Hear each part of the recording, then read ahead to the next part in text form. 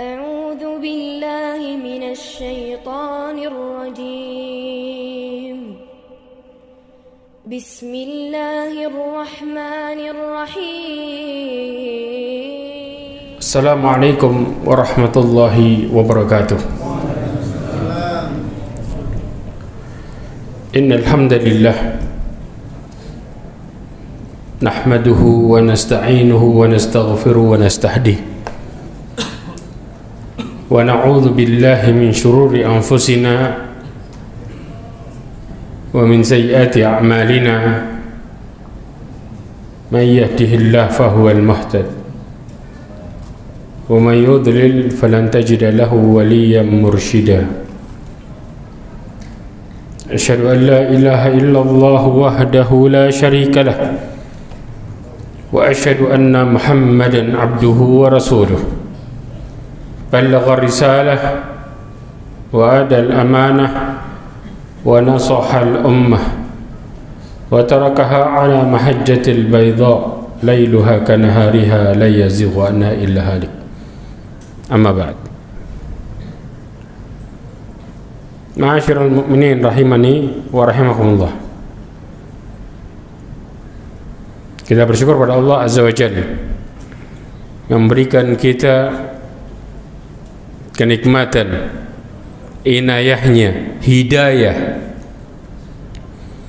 baik dalam bentuk perkara-perkara yang menjadikan kita mendapatkan kemudahan berupa kenikmatan ataupun cobaan yang menegur kita untuk tidak lupa di balik kenikmatan yang ada untuk mendekatkan diri kepada Allah Azza wa Jalla.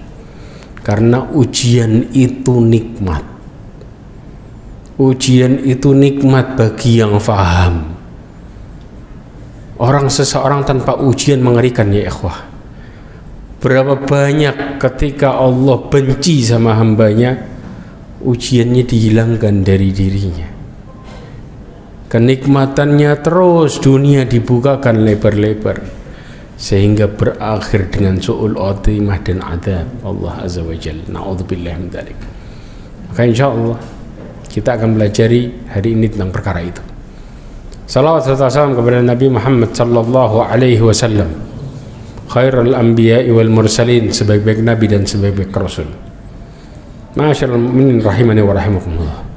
Di antara perkara dosa besar adalah ketika seseorang merasa aman dari makar Allah Azza wa Jalla. Ini di antara perkara dosa besar. Kenapa? Allah Subhanahu wa taala berfirman, Imam Adz-Dzahabi menukil yang pertama, surat Al-A'raf ayat 99. Allah berfirman, afa aminu makrallahi fala ya'manu makrallahi illa al-qaumul khasirun. Apakah mereka merasa aman dari adab Allah? Makar di sini adalah adab yang tidak terduga-duga. Maka tidak ada yang merasa aman dari makar Allah selain orang-orang yang merugi. Seorang mukmin itu harus waspada sama dirinya, introspeksi diri, takut kalau apa yang dikerjakannya malah merusak dirinya. Karena orang-orang yang merugi, mereka yang Allah tutup hidayahnya, mereka lah yang merasa aman terhadap apa yang diperbuatnya, sehingga seakan-akan yang diperbuatnya sudah menjadi perbuatan yang saleh dan yang baik, yang bakal menjamin hidupnya masuk surga. Na'udzubillah min dzalik ya ikhwah. Hati-hati perkara ini, karena orang-orang yang taat sama Allah nggak ada satupun mereka yang menjamin bahwa amalannya itu pasti diterima. Ya, mereka yang terus khawatir, justru kekhawatiran itulah yang kemudian mereka termotivasi untuk menambah amal soleh, bukan kemudian berhenti sama apa yang sudah dilakukannya. Mereka akan terus memperbaiki diri. Ya, apakah kemudian hidup ini harus khawatir? Hidup ini justru orang yang tenang, mereka yang mudah melakukan kemaksiatan. Berapa banyak orang-orang yang diperingatkan kalau dirinya salah dan mereka nggak mau terima. Setelah mereka merasakan aman, ya, makanya Allah Subhanahu Wa Taala memperingatkan perkara ini. Kenapa? Ada dua hal yang kita harus pahami tentang perkara makar ini. Allah berbuat makar, memberikan adab secara tiba-tiba bagi orang yang melakukan tipu daya dalam kehidupan ini. Di antaranya adalah bagaimana orang-orang munafik melancarkan tipu dayanya, baik sama Allah ataupun sama orang mukmin, seakan-akan mereka sudah terlihat baik. Na'udzubillahi min dzalik. Makanya Allah Subhanahu wa taala berfirman dalam surat Al-Baqarah ayat 14-15, "Wa idza laqul ladzina amanu qalu amanna." Ketika mereka berjumpa dengan orang-orang mukmin, mereka mengatakan kami telah beriman. Dengan lisannya bela dirinya. Ya. Kemudian wa idza khalau ila syayatinihim qalu inna ma'akum innama nahnu mustahzi'un. Lihat posisinya. Mereka kalau datang ke setan-setannya, ya, datang ke orang-orang yang buruk yang sejalan dengan pikirannya, mereka mengatakan kita ini sama kalian, ya. Innama nahnu mustahzi'un. Kami ini cuma mengejek mereka, nyenengin hatinya toh, ya, biar senang mereka, kasih senang dulu. La haula wala quwwata illa billah. Berapa banyak orang-orang yang terkadang bersikap seperti ini tapi nggak terasa. Mungkin omongannya nggak sama, tapi sikap menunjukkan perkara itu. Kita akan berusaha baik di depan orang, tapi menampakkan keburukan di hadapan Allah Azza wa Jalla. Maka ini perkara yang mengerikan, namanya buat tipu. Masallah. Kita kadang nggak terasa melakukan perkara ini, rela bermaksiat ketika nggak ada orang. Makanya para ulama mengatakan begitu buruk orang yang menampakkan kebaikannya di depan manusia tapi menampakkan keburukannya di hadapan Allah Azza wa Jalla. Makanya Allah Azza wa Jalla mengatakan bagaimana ancaman bagi mereka orang-orang yang seperti ini. Allah Subhanahu wa taala menjelaskan perkara ini, Rasulullah SAW menjelaskan bagaimana gambaran orang yang seperti ini. Kata Rasulullah dalam hadisnya, la'alamanna min ummati aqwaman. Aku benar-benar mengetahui dari umatku ada satu kaum, ya'tuna bil hasanati yaumal qiyamah ka'amthali jibal tihamah bidan. Dia datang di hari kiamat kelak membawa kebaikan seperti gunung Tihamah putih. Kemudian faja'alaha Allah haba'am manthura. Kemudian Allah jadikan kebaikan itu, pahala itu seperti debu yang berterbangan hancur, tidak ada nilainya sama sekali. Maka yang mereka bawa apa ya ikhwah? Dosa ya ikhwah. Maka kemudian Thauban periwayat dari sini mengatakan kepada Rasulullah, ya Rasulullah sifhum la najillihim alla nakuna minhum wa nanhum la na'lam. Wahai Rasulullah, gambarkan kami kepada tentang generasi mereka supaya kami nggak seperti mereka dan kami nggak tahu bagaimana mereka. Kata Rasulullah SAW, amma innahum ikhwanukum wa min jildatikum. Sesungguhnya mereka itu adalah saudara kalian, kulitnya sama dengan kulit kalian. Ya'khuduna minal laili kama ta'khudun. Mereka bangun di malam hari, sholat malam kayak kalian juga. Tapi walakin idza khalau bimaharimillah intahakuha. Sallallahu alaihi wasallam. Kalau mereka sedang sendiri, mereka bermaksiat. Maka orang berapa banyak kadang kita nggak terasa, nggak ada orang. Sallallahu alaihi wasallam. Maka minta sama Allah pertolongan supaya kita nggak ngerasa aman dikala sendiri ya ikhwah. Karena mengerikan efeknya. Allah akan jadikan pahala kita seperti debu dan nggak diterima sama Allah SWT. Karena meremehkan dosa di saat kita sendiri menunjukkan jati diri kita yang asli dengan keburukan di hadapan Allah ketika Allah satu-satunya yang ngelihat, nggak ada yang lain yang ngelihat. Allah Subhanahu wa taala juga mengatakan dalam surat At-Tariq ayat 15-16, innahum yakiduna kaida wa akidu kaida. Allah Subhanahu wa taala mengatakan mereka orang-orang kafir merencanakan tipu daya yang buruk, maka kami juga merencanakan bagi mereka tipu daya yang buruk juga. Wa akidu kaida, membuat rencana yang jitu Allah untuk membalas mereka. Orang-orang munafik itu ketika mereka melakukan itu, Allahu yastahzi'u bihim wa yamudduhum fi tughyanihim ya'mahun. Allah katakan, Allah Subhanahu wa taala akan menghina mereka, memperolok-olok mereka, dan dibiarkan terombang-ambing dalam kesesatan dan gak sadar, ya ikhwah. Maka orang-orang yang dalam posisi seperti ini di akhirnya mengerikan, selalu ditutup dengan perkara yang dahsyat, bukan perkara yang ringan dan gak normalnya orang. Kenapa? Karena Allah siksa mereka tanpa ada titik balik lagi. Kita bisa bayangin. Nah, kalau sudah Allah benci sama hambanya, nanti kita akan lihat prosesnya juga saya tulis.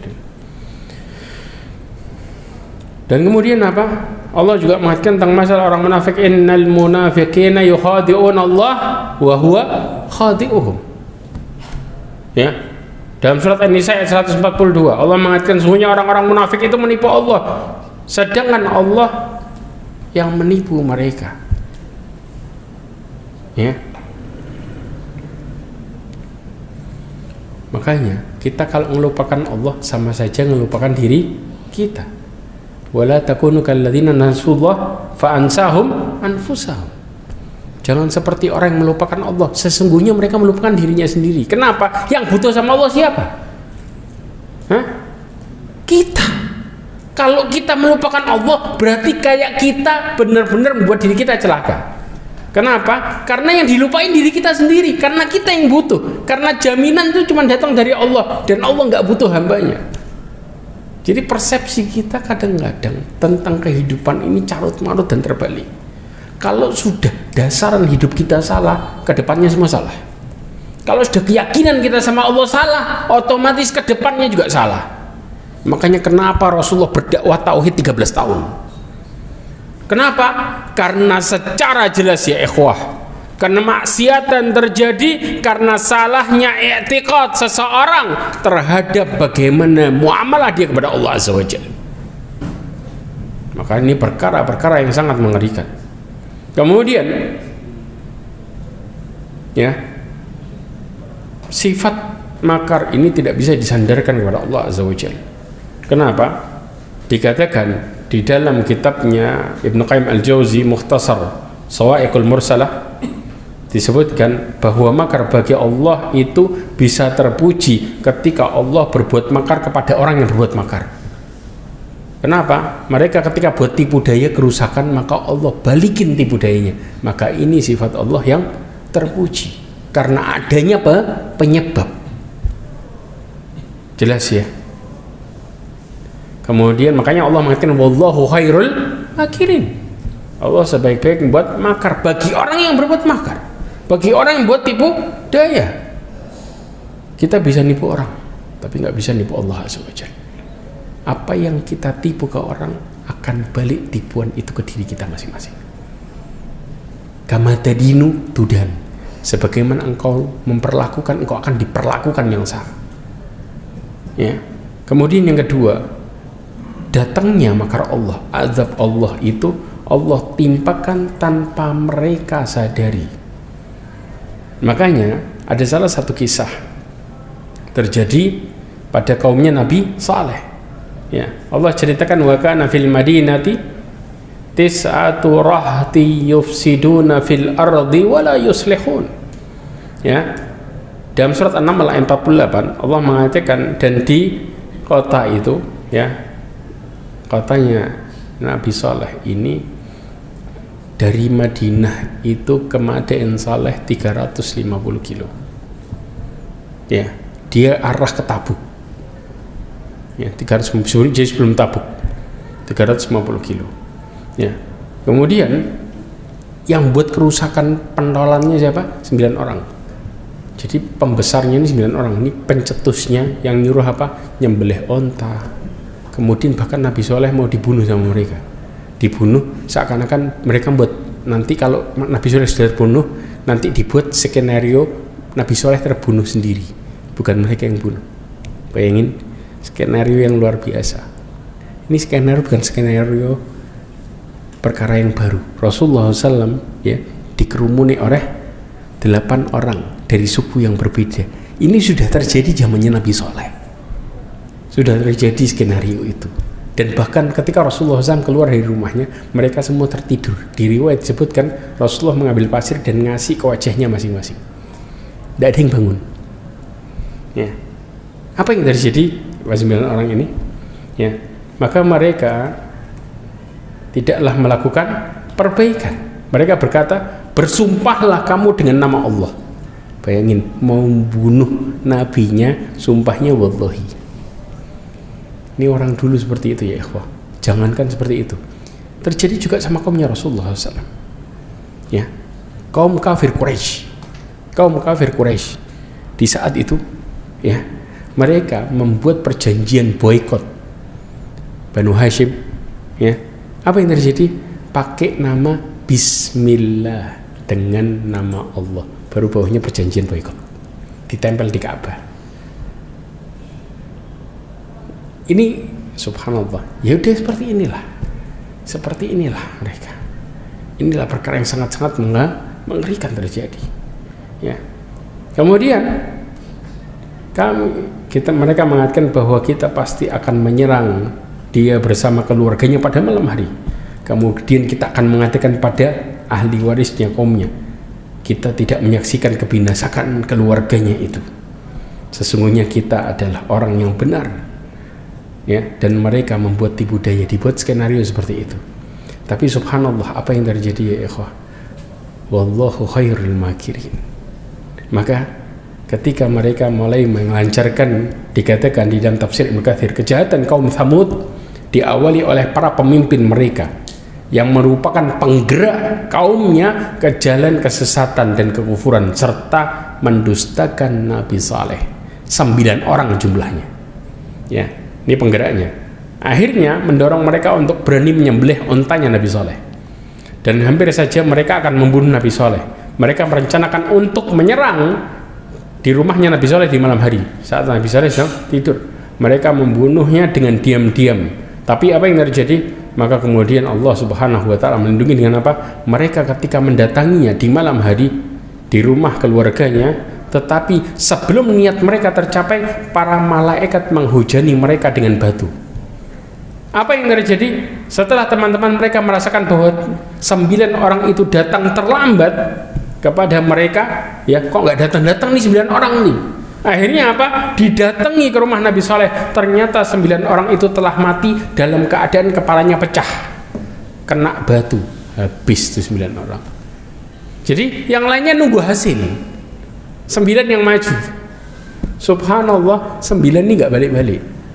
Ya. Akhirnya didatengin, mereka nggak yakin. Begitu dilihat mereka sudah mati semua. Na'udzubillah min dzalik. Bagaimana rasanya? Ya, kepalanya dipecahkan, kemudian mereka melihat adab, ternyata janjinya Nabi Saleh benar. Tapi mereka nggak bisa tobat. Itu makar kejadian seperti itu. Kalau Allah sudah nurunin makar, maka prosesnya seperti itu. Kita akan lihat proses ini secara detail. Ya. Makanya Allah Subhanahu wa taala mengatakan di dalam surat Al-A'raf, ya, ayat 97, ayat 98, bagaimana makar itu datang tiba-tiba dan orang nggak bisa ngelak. Allah mengatakan, afa amina ahlul qura ayatiyahum ba'suna bayata wa hum naimun. Apakah penduduk sebuah negeri merasa aman jika datang adab Allah di malam hari ketika mereka sedang tidur? Kita kalau tidur datang adab, bisa apa? Bisa apa? Yang ada ketimpa, tapi nggak bisa lari, dan tobat pun nggak sempat. Jelas. Kemudian Allah juga mengatakan, awa amina ahlul qura ayatihum ba'suna duha wa hum yal'abun. Apakah penduduk sebuah negeri itu merasa aman dari adab Allah yang datang pagi hari sedangkan mereka sedang bermain? Kebayang nggak? Lagi main-main, lagi kumpul. Makanya nasallahu alaihi wasallam, kaumnya Nabi Hud, mereka sedang kumpul. Apa yang terjadi? Datang awan dari atas mereka, lagi kumpul nih, tenang, nggak ada apa-apa. Kumpul awan tuh di dalam awannya isinya petir dan api. Ya, ditambah angin dingin. mereka kena samber dari atas, goncang bawah, kemudian angin. Angin itu diriwayatkan di dalam tafsir Ibnu Katsir buat isi perut sama dadanya jebol semua. Keluar semuanya, mereka terombang-ambing, turun kepalanya duluan, kayak dikatakan seperti batang korma yang bolong. Jadi jeroannya hilang, turun dulu kepalanya, kemudian kepalanya pecah, dan jasad tanpa jeroan yang ada berserakan di tanah-tanah. Bagaimana Allah buat adab yang sangat mengerikan seperti itu. Mereka lagi kumpul dan ngerasa tenang, gak ada apa-apa. Awan tiba-tiba datang, mereka paling hujan. Langsung datang seperti itu, mereka gak bisa berbuat apa-apa. Bahkan dikatakan dalam Al-Quran, setiap yang dilewatinya semua hancur. Rumah, ternak, semua habis. Untuk bisa bayangin, dan waktu itu banjir jasad tanpa jeroan. Bagaimana ketika Allah membuat seperti itu? Allah mengatakan munakir. Jadi seperti batang korma yang dibolongi. Kalau bolong, ya sudah, kulitnya tok isinya. Ya seperti itu bayangannya. Sallallahu alaihi wasallam. Makanya Allah SWT mengatakan proses makar, terjadinya adab Allah prosesnya. Perhatikan baik-baik ya. Dalam surat Al-An'am ayat 44, Allah Subhanahu wa ta'ala berfirman, falamma nasu ma dzukiru bihi. Proses pertama, penyebab terjadinya mereka berpaling dari peringatan Allah Azza wa Jalla.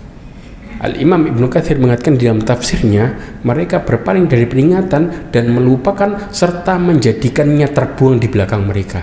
Jadi aturan Allah dibuat gampang. Jelas, hidup mereka tanpa aturan agama sama sekali. Padahal datang peringatan. Allah kasih peringatan terus nih. Ya, ada yang nyampein, tapi gak peduli. Makanya kadang-kadang zaman sekarang orang Islam KTP bangga, bahkan ada yang mengatakan saya nggak percaya Islam, saya nggak percaya agama. Dia mengatakan secara terang-terangan, tahu pernah kejadian ada yang diwawancara, apa agamamu? Islam, tapi saya nggak percaya agama. Na'udzubillah min dzalika ya ikhwah.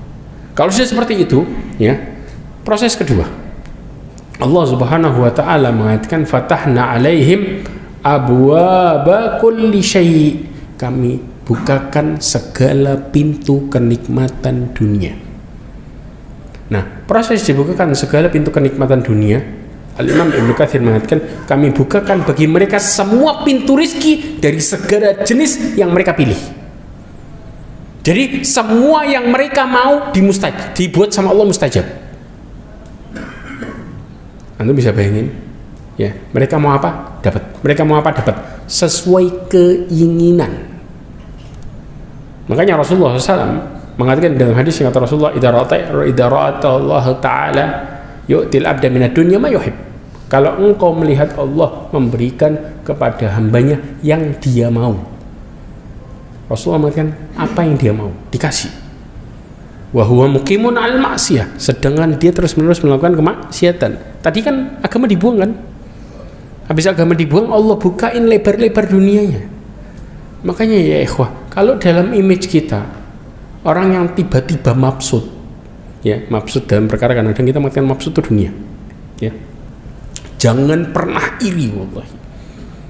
Sedangkan mereka jauh dari Allah, ke masjid gak mau, ibadah nanti, tapi mabsud, na'udzubillah. Lihat proses akhirnya, ya.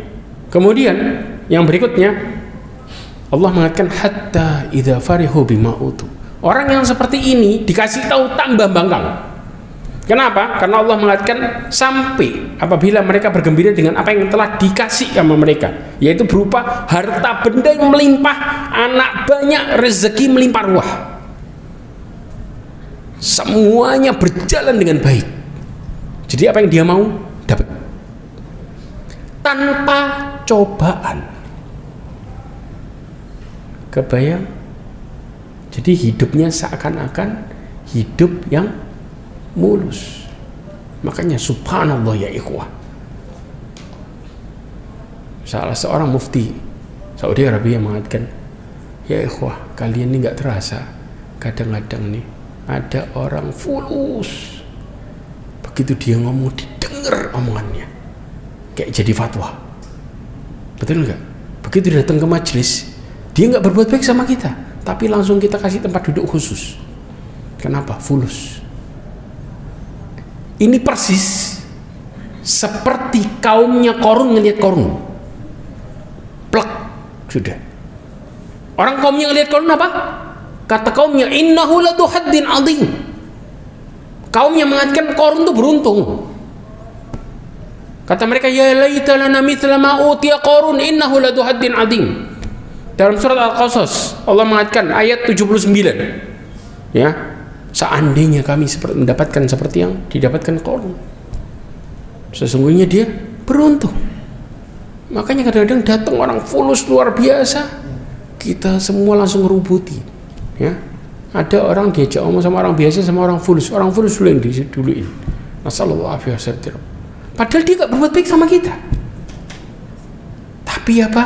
Seakan-akan kehidupannya jadi idola dan karisma, sampai kita rela untuk apa? Untuk memuliakan dia dengan apa yang dia punya. Padahal ya ikhwah, orang yang luar biasa dibukain gede-gedean, tapi mereka lupa sama Allah, berakhir dengan perkataan ini. Maka Allah katakan apa? Di akhir proses finishing dikasih sama Allah dulu. Kenapa? Ini kebaikannya semua dibalas semua kayak orang kafir, dibalas di dunia habis, kasih. Akhirnya kayak ikan yang dipancing, ditarik. Sudah ditarik sakit, gak dapat air lagi, gimana rasanya? Maka Allah mengatakan akhadnahum baghtatan, kami siksa mereka mendadak. Kapan disiksanya? Disiksa pas maksiat. Lagi maksiat sama Allah disikat habis, berarti berakhir dengan su'ul khotimah. Begitu su'ul khotimah, didatengin malaikat dengan bengisnya luar biasa, dicabut dengan kesakitan, kemudian diadab lanjut di kubur dan seterusnya. Maka kemudian Allah mengatakan fa'idahum mublisun, mereka terdiam dalam posisi putus asa. Kenapa? Putus asa dari semua kebaikan, disebutkan dalam tafsir Ibnu Katsir. Makanya dalam tafsir Ibnu Katsir disebutkan, ya, perkataan Imam Hasan Al-Basri mengatakan, barang siapa yang diberikan keluasan oleh Allah, kemudian dia tidak memandang bahwa itu merupakan ujian baginya, maka orang tadi tidak punya pandangan yang baik sebenarnya. Jadi kalau dia dikibarin sama Allah dunianya, tapi dia nggak sadar kalau itu cobaan. Makanya Nabi Sulaiman datang singgasananya Ratu Bilqis mengatakan apa? Hada min fadli Rabbi, ini keutamaan dari Allah, liyabluwani, untuk mengujiku. Ashkur am akfur, apakah aku justru bersyukur atau aku ingkar terhadap nikmat ini? Subhanallah, karena takutnya bukan perkara baik ini ujian. Kalau kita kemudian datang nikmat besar, kita balik sama Allah, selamat kita. Tapi begitu datang nikmat besar, tambah jauh, Allah tambah benci sama kita. Kebayang bagaimana kemudian ujian. Kemudian dikatakan juga, dan orang-orang, barang siapa yang Allah kasih kesempitan yang hidupnya, ya, diuji, dan dia tidak memandang bahwa dirinya sedang diperhatikan oleh Allah, maka dia adalah orang yang tidak mempunyai pandangan yang sebenarnya. Tahu maksudnya apa? Ya ikhwah, kalau kita lagi kena cobaan, kita ini lagi perhatiin. Makanya orang yang sedang kena cobaan itu doanya mustajab. Allah mengatakan amma yujibul muttarra idza da'a. Siapa yang bisa menjawab doa orang yang terhimpit kalau dia mau berdoa dan mengangkat kesusahannya? Makanya doanya mustajab. Jadi cobaan itu sendiri pertolongan. Habis datang cobaan, datang pertolongan. Subhanallah. Tapi kita begitu datang cobaan langsung lemes. Kok dikasih ini, salah saya apa? La haula wala quwwata illa billah. Kita ini lagi diperhatiin sama Allah. Makanya kalau orang dapat cobaan, makanya kenapa Nabi Ayub sampai ngomong sama istrinya, kita dapat nikmat pun berapa lama? Cobaan berapa lama? Pantas gak kita ngeluh? Ya, ini menunjukkan Nabi Ayub itu menikmati cobaan itu. Kenapa? Karena setiap curhat tambah tenang sama Allah, tambah dapat solusi. Coba kalau kita dapat nikmat tanpa cobaan, apa yang terjadi? Loss. Begitu maksiat terus-menerus, nikmat gak? Hancur kita, iya. Orang lain mengatakan kita mau apa dapat, tapi nggak tahu tuh dalamnya hatinya. Bagaimana Allah berantakan ketika mereka lupa sama Allah SWT. Ya. Bahkan Al-Imam Qatadah mengatakan, ya, tidak sekali-sekali Allah menyiksa suatu kaum melainkan di saat mereka tidak menyadarinya dalam keadaan lalai serta tenggelam dalam kesenangan. Karena itu janganlah terpedaya oleh ujian Allah. Ya, karena sesungguhnya tidaklah terpedaya oleh ujian Allah kecuali orang-orang yang durhaka. Makanya sekarang ini lagi viral, ya, namanya dusun Legetang, itu banyak dikunjungi karena benar-benar diistidraj itu dusun. Ya, 1949 apa di prasastinya itu, 13 tamu sama 200 sekian penduduk. Habis dengan apa? Gunung yang belahnya bukan gini ya, gini. Jadi separuh ke atasnya hilang. Itu pas nimpa ke dusunnya, gunungnya loncat lagi. Kenapa? Karena antara dusun sama gunung itu ada lembah. Lembahnya utuh, nggak kena apa-apa, ya. Itu gunungnya loncat pas di dusunnya, pas lagi mereka maksiat joget sambil zina, kena des. Antum bisa bayangin bagaimana kondisi yang sangat mengerikan. Sampai akhirnya subhanallah di desa di bawahnya luar biasa, mereka tobat dan pengajian di situ makmur. Setelah kejadian itu Allah kasih kenikmatan di desa bawah, Allah kasih adab di desa itu. Bagaimana istidraj mengerikan. Kenapa? Ketika Allah kasih nikmat mereka dengan hasil yang melimpah, mereka tambah maksiat. Tiap hari nanggep lengger, berakhir dengan zina, uangnya dibuat gitu terus. Sedangkan desa bawahnya panennya buruk, mereka panennya baik, terus seperti itu. Hasil yang paling baik di daerah itu desa Legetang terus. Subhanallah, hujan lebat masih nggak sadar, petir masih nggak sadar, Allah kasih dengan luar biasa dahsyat. Kapan gunung bisa loncat separuh tuh? Makanya apa? Terjadi adab yang mengerikan. Jangan jauh-jauh lah. Kejadian cobaan barusan, nggak lama. Paham ya yang saya maksud? Kalau kita naik ke atas ke daerah situ, kita akan dapat kisah yang sangat mengerikan. Bagaimana mereka punya kebiasaan mengorbankan kepala kerbau, dilempar ke gunung, kemudian berharap gunungnya meletus. Kalau sudah meletus, pasirnya banyak. Biasanya orang desa mengatakan korbannya 3. Sebelum terjadinya gunung meletus, mereka ngorbanin 9 kepala kerbau. Supaya apa? Letusannya tambah banyak.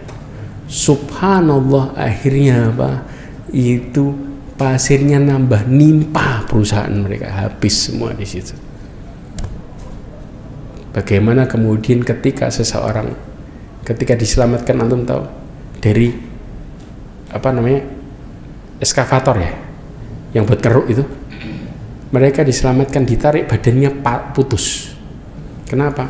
Karena semuanya sudah menghitam, kena lahar itu, kemudian utuh dalam posisi sedang duduk di setirnya, ditarik putus ya ikhwah. Ini yang sangat mengerikan, karena ternyata perkara yang sangat-sangat luar biasa mengerikan.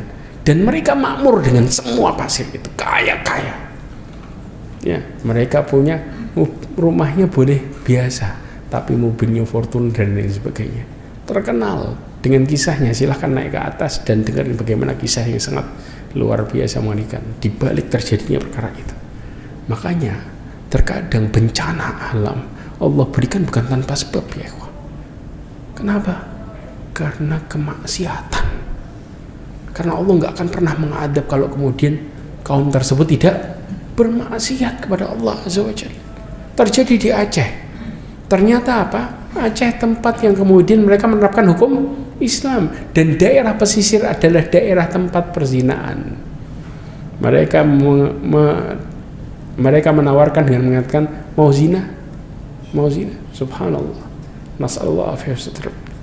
Mereka bercerita tempat itu. Kemudian yang lainnya diem, apa yang terjadi? Habis datang adab yang sangat mengerikan, menyapu rumah dan seisinya. Makanya terkadang bencana alam ini gak masuk di akal, gara-gara perilaku dosa seseorang sama Allah Azza wa Jalla. Apakah kita mengatakan bencana hanya sekedar bencana? Enggak. Bencana karena terjadi dosa yang berturut-turut dan tidak sadar kalau itu salah. Silahkan belajar dari setiap bencana dan dengarkan apa yang terjadi. Masallallahu alaihi wasallam. Makanya di antara bentuk hukuman Allah Subhanahu wa taala atas mereka, karena apa? Karena Allah biarkan mereka semakin dalam masuk ke dalam kemaksiatan. Ketika Allah sudah benci kepada mereka, Allah mengatakan dalam surat Al-A'raf ayat 182. Apa kata Allah? Walladzina kadzdzabu biayatina sanastadrijuhum min haitsu la ya'lamun. Orang-orang yang mendustakan ayat-ayat kami akan kami biarkan mereka berangsur-angsur kepada binasaan, dibiarkan mereka bermaksiat dengan cara yang mereka tidak ketahui. Jadi salah tapi nggak kerasa. Kalau Allah sudah benci, maka Rasulullah SAW juga mengatakan, idza ra'aita Allah Ta'ala yu'til 'abda minad dunya ma yuhib wa huwa muqimun 'alal ma'asihi fa innama huwa istidraj. Sesungguhnya itu adalah kenikmatan yang menipu. Kalau mereka terus-menerus maksiat tapi dikasih sama Allah yang dia mau, itu kenikmatan yang menipu. Kemudian para ulama mengatakan, tahu nggak penyebab seseorang itu kena makar Allah? Ada dua. Yang pertama adalah mereka terus-menerus maksiat dan tidak ada teguran dari Allah. Makanya orang yang dikasih nikmat tapi nggak dapat musibah, itu bahaya. Ini perkara yang sangat mengerikan. Ciri-ciri orang kalau Allah kasih istidraj, nikmat tanpa musibah. Jadi hidupnya tuh benar-benar seakan-akan indah, luar biasa. Dia kepengen apa bebas. Ya? Hidupku apa mauku, sudah. Nasallahu alaihi wasallam. Itu satu. Kemudian yang kedua, Allah buat apa? Mereka itu bangga sama dirinya. Kenapa? Kata Allah, hatta idza farihu bima utu. Mereka senang terhadap apa yang dikasih. Akhirnya apa? Ujub. Kalau saya salah, kenapa doa saya mustajab? Karena doa mustajab berarti Allah kasih anugerah. Padahal Allah ngasih doa mustajab, para ulama menjelaskan maksiatnya seimbang sama nikmatnya. Semakin gede maksiat, semakin gede nikmat. Maksiat 5, nikmatnya 5. Maksiatnya 10, nikmatnya 10. Terus. Dan Allah buat mereka ditutup rasa syukurnya. Makanya dijor tanpa ada teguran sama sekali. Kebayang ya ikhwah, bagaimana proses yang sangat mengerikan. Kemudian yang terakhir, dalil yang dinukil oleh Imam Ibnu Qayyim al-Jauziyah adalah surat Yunus ayat 7-8. Allah mengatakan, innal ladzina la yarjuna liqa'ana wa radu bil hayati dunya watma'annu biha wal ladzina hum an ayatina ghafilun ulaika ma'wahumun naru bima kanu yaksibun. Allah katakan, orang-orang yang tidak mengharapkan atau tidak percaya terhadap pertemuan kami, ya, dengan kami, yaitu apa? Akhirat, ya. Dan mereka merasa puas terhadap kehidupan dunia dan tentram dengan kehidupan dunia ini, dan mereka melalaikan ayat-ayat kami, mereka itulah tempatnya di neraka disebabkan apa yang mereka kerjakan. Di sini dalam tafsir Ibnu Katsir disebutkan, keadaan orang-orang yang celaka yaitu mereka yang ingkar terhadap hari pertemuan dengan Allah kelak pada hari kiamat. Makanya orang yang kena istidraj itu mereka melihat hidupnya terus, umurnya masih panjang. Paham ya? Ingat mati, nggak bakal. Subhanallah, naudzubillah min dzalik. Jadi mereka di saat benar-benar lalai, nggak sadar kalau bakal mati, ya, nggak sadar kalau ada pertanggungjawaban. Makanya Allah buat dalam posisi benar-benar seakan-akan hidup ini terus berjalan, umurnya masih panjang. Kenapa? Dibuat sehat walafiat, bukan dibuat sakit, dibuat sehat walafiat. Ketika Allah mau nimpain mereka itu, jadi nggak ada ujian. Naudzubillah, bagaimana merikanya? Ya, mereka sama sekali tidak percaya dengan hari pertemuan. Mereka puas dengan kehidupan dunia. Makanya Imam Hasan Basri mengatakan, dinukil oleh Imam Ibnu Katsir, dikatakan demi Allah, mereka sama sekali tidak menghiasi dunia dan tidak pula mengangkatnya, melainkan mereka hanya merasa puas dengan kehidupan dunia, sedangkan mereka melupakan tanda-tanda kebesaran Allah Azza wa Jalla yang ada pada alam semesta. Ya, mereka tidak mau memikirkannya, bahkan mereka melalaikan hukum Allah yang ada pada syariat agama. Itulah tempat mereka kembali kelak di hari kiamat adalah neraka. Nah, solusinya ya ikhwah, nah, ini nggak saya tulis di sini karena nggak cukup disebutkan. Yang pertama, seharusnya seorang mukmin itu memiliki dua sayap, yaitu rasa takut dan harapan, dan itu harus imbang. Makanya Ibnu Qayyim Al-Jauzi mengatakan al-qalbu fi sayrihi ilallah azza wa jal bimanzilati ta'ir. Hati itu yang menuju ke Allah itu kayak burung. Paham ya? Burung ini punya 3 komponen penting, kepala sama 2 sayap. Paham ya? Kalau nggak ada kepala sama 2 sayap, badannya nggak bisa ngapa-ngapain. Jelas di sini ya. Kemudian fal mahabbatu ra'suhu wal khawf war raja janahah. Dikatakan rasa cinta itu kepalanya, motivasinya buat dekat sama Allah itu dicintanya. Sedangkan rasa takut dan harapan itu adalah 2 sayapnya. Jelas ya? Famata salima ra'su wa janahan fatairu jayyidut tayran. Dikatakan kalau kepalanya dan 2 sayapnya sehat, maka dia bisa terbang dengan benar. Tapi apa? Wa mata quti ar-ra's mata ta'ir.